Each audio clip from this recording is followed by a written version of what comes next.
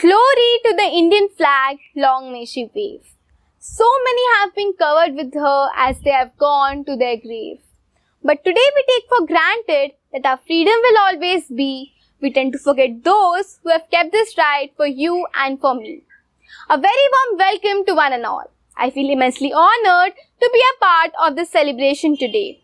It was this day in 1947 that we got independence from the white rule.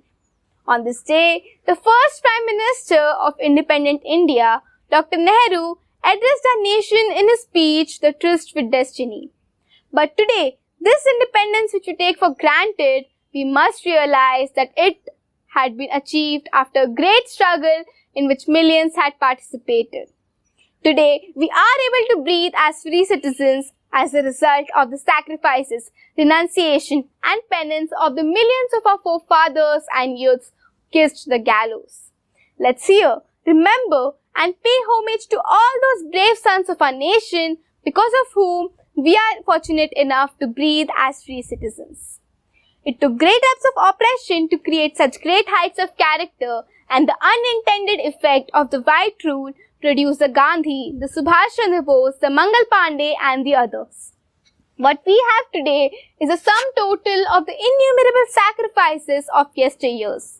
So now we have to ask ourselves what we will give to our children. Now it's our turn to take responsibility to do something significant for our country. India has come a long way since 1947. We have successfully eradicated polio from our country. Our life expectancy has doubled since then, and women participation in the politics has been the highest. Today, our sportspersons hold great positions in Olympics, and ISRO has successfully undertaken several space missions like Chandrayaan and Mangalyaan. We are one of the world's fastest growing economies, the 10th largest by nominal GDP and the 3rd largest by purchasing power parity. Our Indian government has rightly banned several Chinese apps, and together we are supporting Make in India by the boycott of foreign goods as far as possible. But man's goodness is a flame that can be hidden but never extinguished. Today, our nation is beset with several problems, but our heroes are risking their lives for our welfare. The medical and paramedical team, the police officials, the political leaders, various religious and non-religious organizations have voluntarily joined hands to help people fight the pandemic and to fill the stomachs of thousands of our countrymen daily, irrespective of their caste, creed and religious differences. They do so not because anybody has asked them to, but because of a call from within. Once again, we have proved that humanity comes before all narrow domestic barriers. Citizens do not just make up and preserve a republic, but they are its ultimate stakeholders and in fact, the pillars. Each one of us is a pillar. The farmer who feeds, the mother who nurtures, the teacher who teaches, the doctor who treats, the scientist who innovates and the tribals who conserve our ecology. But we must realize that the earth belongs as much to the future generations as much it belongs to us.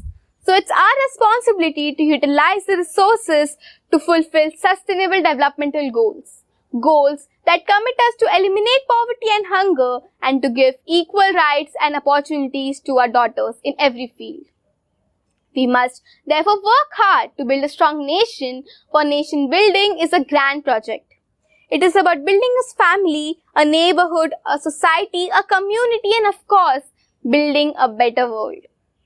The ideal of the world being one family, an ideal which may seem impractical in today's times of tension and terrorism, can be in fact felt as the very texture of our constitutional values. We have achieved a lot as a nation, but yet much remains to be done. Gandhiji dreamt of India as a nation where there will be no discrimination and each and every citizen will be able to realize his or her full potential. There's a long way to go in achieving all this, but today let us take a note to make India a prosperous nation. Let us stride forward for the building of one society, one dream, one direction and one destination. The woods are lovely, dark and deep, but I have promises to keep and miles to go before I sleep and miles to go before I sleep. With those words, I once again bow my head to all those brave souls of our nation who have sacrificed their lives to get us freedom. All those brave soldiers who risked their lives for our safety and security, and all those brave souls who spent sleepless nights serving our nation. Jai Hind, Vande Mataram.